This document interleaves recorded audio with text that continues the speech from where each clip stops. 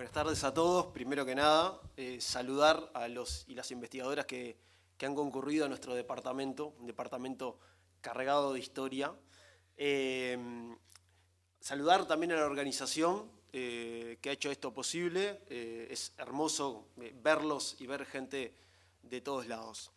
Primero que nada, y antes que todo, contarle que tuve que hacer una reducción de documentos muy grande, porque es una vastas fuentes documentales y bueno, los tiempos son tiranos, entonces en 20 minutos tengo que dar esta ponencia, pero contarles que esto es solamente la punta de un iceberg, porque esto va a ser un capítulo del libro que vamos a sacar a fin de año, llamado La revancha de la historia, y este es simplemente un capítulo, esto es un pedacito de lo que vamos a exponer en ese libro. Como el título dice, es la infiltración nazi y las respuestas de los comités antinazi y otras organizaciones.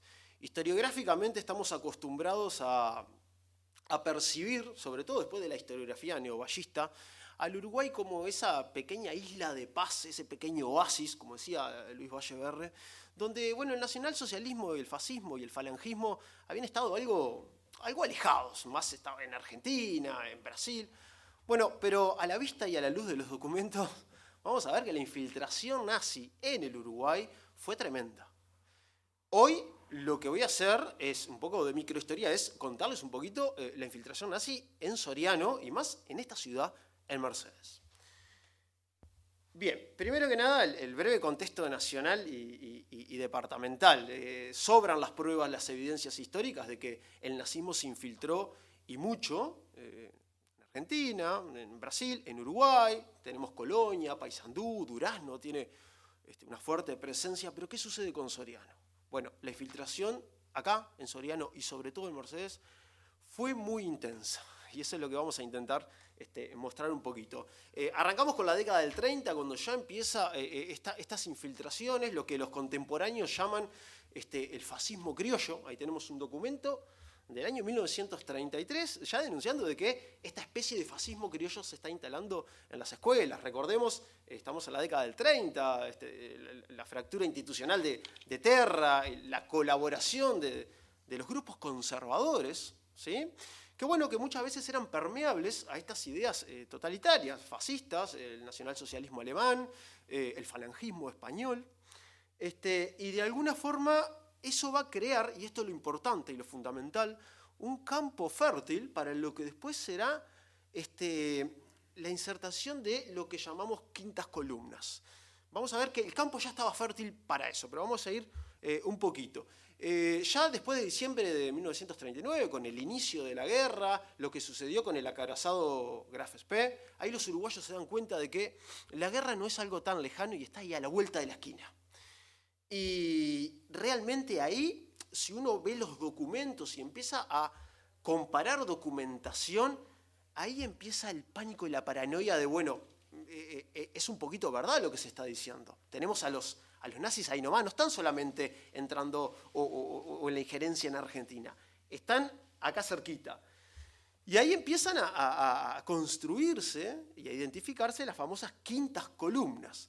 ¿Cómo? Bueno, a través de una organización, de la organización de un comité de la organización parlamentaria para actividades antinacionales, que sobre todo a partir de las denuncias de algunos diputados, como Cardoso, por ejemplo, que empiezan a crear una comisión que va a empezar a investigar cuán fuerte era la incidencia del nacionalsocialismo en este país. Bueno, la investigación termina y se descubre que en realidad hay varios focos nacionalsocialistas y fascistas en el Uruguay.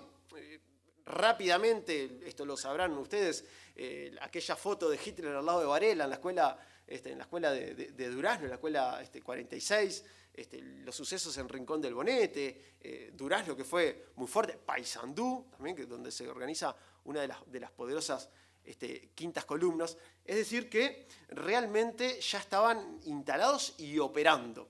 Después tenemos el famoso caso de Fuhrman, y el loco plan ese por intentar tomar el Uruguay. Bueno, puede ser, a veces la historiografía exagera en algunas cosas, pero lo que realmente se llega a la conclusión es de que sí, existen y operan. Acá tengo muchísimos documentos de esto. Para eso van a tener que esperar a leer el libro. Pero acá les traigo los dos casos más rimbombantes que a mí realmente me llamaron, pero poderosísimamente, la atención. El caso de cómo las quintas columnas se infiltraban en la educación. Tenemos el caso del profesor Letieri, acá en Mercedes. Les estoy hablando del liceo que está acá a 3 cuadras, el que era el liceo departamental, donde los alumnos y los docentes empiezan a presionar para sacar a un docente que daba clases con la bandera de Hitler atrás. Ni más ni menos. Y para que eso llegue a Montevideo y que se lo destituya, realmente tendría que haber sido algo bastante grave. También trabajamos con cartas, con documentación de cartas de prensa y sobre todo, no me quiero olvidar, con la documentación de un gran historiador a quien le queremos rendir tributo, Manuel Santos Piris, que tiene una enorme fuentes documentales de las cuales trabajamos. Así que también vaya nuestro homenaje para ese gran historiador. Pero bueno, las generaciones jóvenes estamos obligados a rendir tributo a la historia, haciendo un revisionismo de toda la historia y trayendo nuevas preguntas. El otro caso muy, muy importante es, antes que nada, el segundo documento donde los profesores hacen una declaración pública del liceo departamental y empiezan a mencionar los trabajos de las quintas columnas. Y de ahí en más empiezan a denunciar otras cosas que antes estaban tan normalizadas y que no se denunciaban de otros docentes, ¿sí?, que también tenían las mismas prácticas. Y otro caso que a mí realmente me puso los pelos de punta, y esto yo lo uso muchísimo en mis clases, porque no es lo mismo dar historia de la Segunda Guerra Mundial que decirles acá, a 2 cuadras, la guerra estaba también acá metida. No se puede enseñar historia separando lo local de lo regional de lo internacional. Se hace muy aburrida, sobre todo para las generaciones jóvenes que necesitan ese que la historia esté cerca, ese ida y vuelta. El otro caso que a mí realmente me sorprendió y me llamó poderosísimamente la atención es cuando agarran un marinero que había peleado en la mal llamada Batalla del Río de la Plata, del Graf Spee, a 2 cuadras, acá. La policía de Paysandú, donde funcionaban fuertemente las quintas columnas, llama a la policía de Mercedes anunciándole que se está formando una quinta columna en Soriano y que es de orden urgente desmantelarlo. La policía de Mercedes, ahí tienen, 3 alemanes fueron detenidos en Mercedes, estarían sindicados como propagandistas nazis, uno sería tripulante del Graf Spee. Yo lo primero, como todo investigador a una fuente, tiene que dudar de las fuentes, obviamente, y me puse a leer todos los marinos del Graf Spee que habían venido, a ver si coincidía las denuncias con este señor. Y me aparece Clefet Gemann. Era un alemán, marinero del Graf Spee, agarrado acá en Mercedes. Acá tengo un pequeño error que quiero corregirlo públicamente porque hoy de mañana me lo di cuenta. Ahí dice Diario El Tiempo, Mercedes, diciembre de 1939. En realidad, cuando agarran a este alemán es en el año 40, son los primeros meses del 40. ¿Tá? Es imposible que en diciembre del 39 estuviera acá cuando la batalla fue el 12. O sea, una cuestión cronológica de tiempo. Pero realmente una de las partes más sorprendentes es esto. Bueno, un ex nazi, casi en función, detenido con propaganda. La cuestión es, ¿qué es lo que traía? Bueno, increíblemente llegamos a eso y eran recomendaciones a ciertos docentes de que empezaran a instaurar y a preparar, en pocas palabras, la cancha para lo que iba a venir después, porque Alemania era imparable y iba a ganar la guerra. ¿Ah? O sea que realmente se estaban empezando a instalar las quintas columnas en Soriano.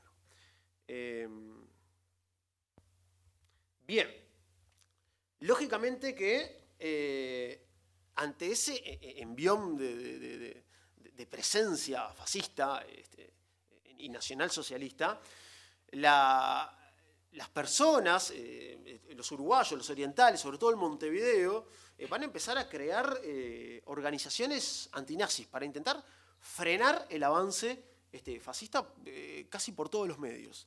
Y se constituye, eso es sacado del diario Acción, de Mercedes del 8 de junio de 1940, el Comité de Acción Antinazi, fundado un día antes, el 7 de junio de 1940, a semejanza o a forma de espejo de lo que va a ser el comité antinazi que funcionaba en la ciudad de Montevideo. En ese comité se llama, y se los leo textuales, o está creado con el objetivo de vigilar y prever los peligros a que se ve expuesta nuestra nacionalidad y frente a las actividades de las quintas columnas y el expansionismo de las doctrinas nazis. Se llama a todos los hombres de recta y patriótica voluntad para poner las bases de una autoridad popular que sepa crear la guardia civilista para evitar la invasión y expulsar a los traidores del país. Eso es textual del objetivo principal de por qué se constituye el comité antinazi. Obviamente que se constituyen y se crean otros comités, por ejemplo el Comité de Acción Democrática, que tenía la misión de señalar, y acá también hubo una persecución muy grande, de señalar aquellos lugares de venta de dudosa democracia. La gente iba, ponía literalmente una pegotina de una esvástica y ahí los mercenarios no podían ir a comprar, porque eso era tildado, podían ser fascistas. Ahí también hubo una persecución ahí bastante grande y muchas veces indiscriminada. Ahí tienen un sello original de lo que es el comité antinazi, que funcionaba en forma de asamblea en Mercedes Colón 267, todavía está la calle y está el número, es acá cerquita. Eso es sacado de donde yo investigo, que es el del archivo geográfico, histórico y geográfico de nuestra ciudad, quienes organizan esto, y es de los archivos de las carpetas de Manuel. También otra de los comités es el de ayuda a la Unión Soviética. Acá va a haber un cambio, si lo vemos en el contexto internacional, después de la Operación Barbarroja. Después, arrancamos en el 39 la guerra, la Blitzkrieg alemana, la guerra relámpago que pone su bota en muchísimos países de Europa. Y después, a partir del 42, lo que va a ser la violación del pacto Ribbentrop-Molotov, la Operación Barbarroja y la invasión de la Unión Soviética. Ahí uno percibe en el análisis documental un cambio muy importante en la sensibilidad de los mercenarios. Ya Alemania no era seguro que iba a ganar la guerra. Había que derrotar a la Unión Soviética y eso iba a ser muy, muy difícil. Y ahí cambia la perspectiva de lo que va a ser la guerra. Y ahí los comités, de alguna forma, empiezan a tener muchísimo más propaganda. Muchísimo más propaganda porque ya están mucho más seguros de que la derrota de Alemania era inminente. Era inminente, no se sabía mucho cuándo, pero aquella concepción de la Alemania de la Blitzkrieg invencible podía no ser tan certero. Y acá realmente me quiero detener porque es bueno, ¿cómo podemos vincular a Soriano, a nuestro departamento? Y esto, digo Soriano porque no me da el tiempo para exponer otros departamentos, pero estos en casi todos los departamentos estaban conectados a través de estas redes. ¿Cómo Soriano ayudó o intervino directamente, por ejemplo, en Stalingrado? Y esto es realmente apasionante, y es realmente apasionante estar enseñando historia y que tus alumnos vean. Es increíble que la gente de acá, mis abuelos o los padres de mis abuelos, hayan incidido en algo que yo estoy estudiando y que capaz que lo veo muy lejano. Eso es una herramienta pedagógica muy importante que contamos los profesores que investigamos historia. Después del 42, cuando a Hitler se le ocurre invadir la Unión Soviética con la Operación Barbarroja, Hitler, en su afán de tomar los pozos petrolíferos del Cáucaso, se choca con Stalingrado, la tumba del ejército alemán. El ejército alemán estaba preparado para una guerra ofensiva, la Blitzkrieg, una guerra relámpago, la guerra ofensiva, y se encuentra con la tumba de Alemania y va a ser el punto de inflexión de la guerra. Los alemanes pierden en Stalingrado, les estoy hablando de 2 millones de muertos, de toda la tecnología puesta en un épico combate, carros, tanques de guerra, francotiradores, es la guerra de ratas, casa por casa. Y ahí los comités de ayuda de Uruguay tienen muchísimo que ver. Este documento que está abajo cuenta cómo empieza la campaña de adrenalina, donde la gente donaba plata y donaba alimentos, donaba hasta botas. Acá tenemos el ejemplo, que es una anécdota bastante curiosa. Se resolvió agradecer al señor Elías Russo la donación de un par de botas de calidad. Se donaba hasta las propias botas para que los soldados rusos resistan.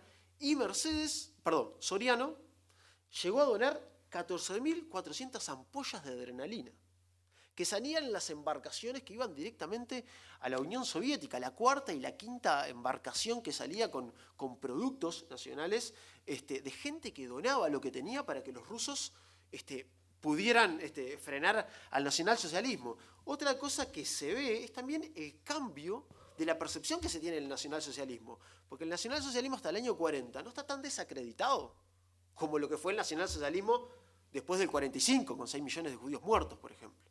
Entonces va cambiando esa percepción. El cuarto y el quinto embarque fueron los que llevaron muchísimo más estas llamadas ampollas de adrenalina para los soviéticos.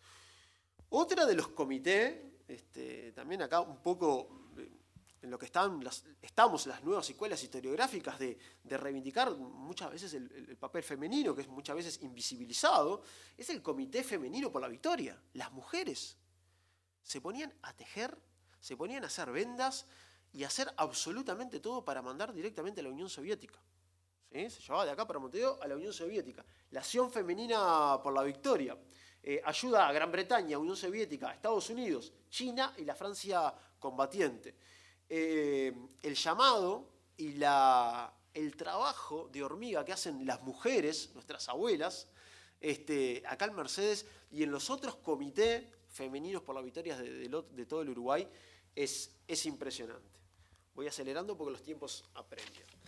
También se empezó a funcionar y se fundó, la Asociación Italia Libre, que también de alguna forma tenía de alguna forma mandaba elementos, insumos para los italianos que estaban combatiendo, sobre todo para los partisanos. Recordemos, después de 1944, después de la campaña de África, los aliados empiezan a tomar territorio, invaden Italia y un año después apresan y fusilan a Mussolini. Bueno, acá en Mercedes se festejó, y en muchos rincones del Uruguay se festejó de forma muy, muy apasionada la liberación de Italia.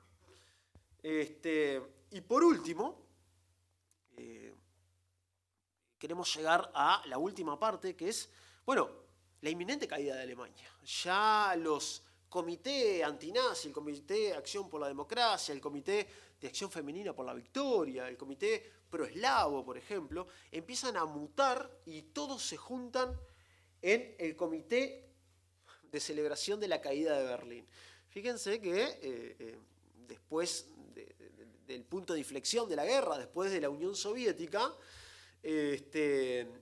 la derrota de Alemania era inminente. El general Zhukov a punto de tomar Berlín, y ahí, en ese momento que está pasando eso de forma internacional, que Berlín ya está resistiendo, que empieza la batalla de Berlín, se fundan, sobre todo acá en Mercedes, y haciendo espejo sobre todo a los comités de Montevideo, se funda el Comité por la Caída de Berlín, donde se empieza a planificar lo que va a ser la celebración, como se decía, de la liberación de la humanidad.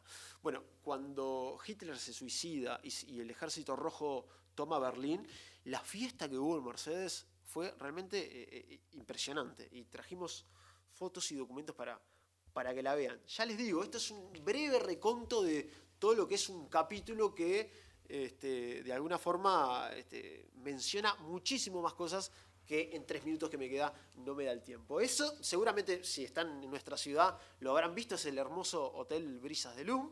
Van a ver que está bastante parecido, con las banderas.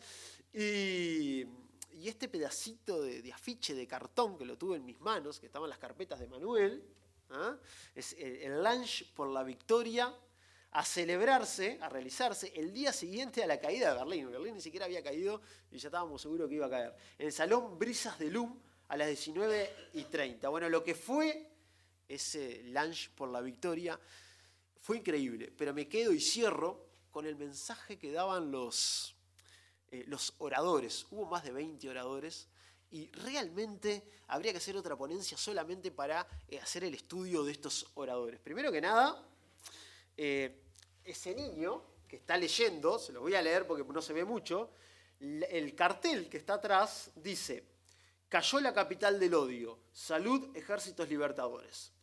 Bueno, ahí ven los principales, Stalin, bueno, las principales figuras. Y abajo, antes de cerrar y darle este último comentario, les dejo mi mail y el Instagram, donde todo lo que competa historia, documentos, lo compartimos ahí, para de alguna forma invitarlos a que si ustedes tienen algún documento sobre algún comité antinazi de su lugar, hagamos una especie de historia total sobre esto, porque yo lo que tengo es una pieza del puzzle y algunas más, pero estaría necesitando muchísimas más para completar una historia mucho más total y abarcativa. Por último, esta es la gran foto que inmortaliza lo que fue aquel día. Y me quedo con algunas frases de algunos oradores que son épicas, de que ellos mismos decían de que ese día que estaba sucediendo en nuestro país se tendría que recordar todos los años. Porque todo lo que no se recuerda, siempre la parte cíclica va a hacer que se repita. Así que con eso terminamos. Muchísimas gracias.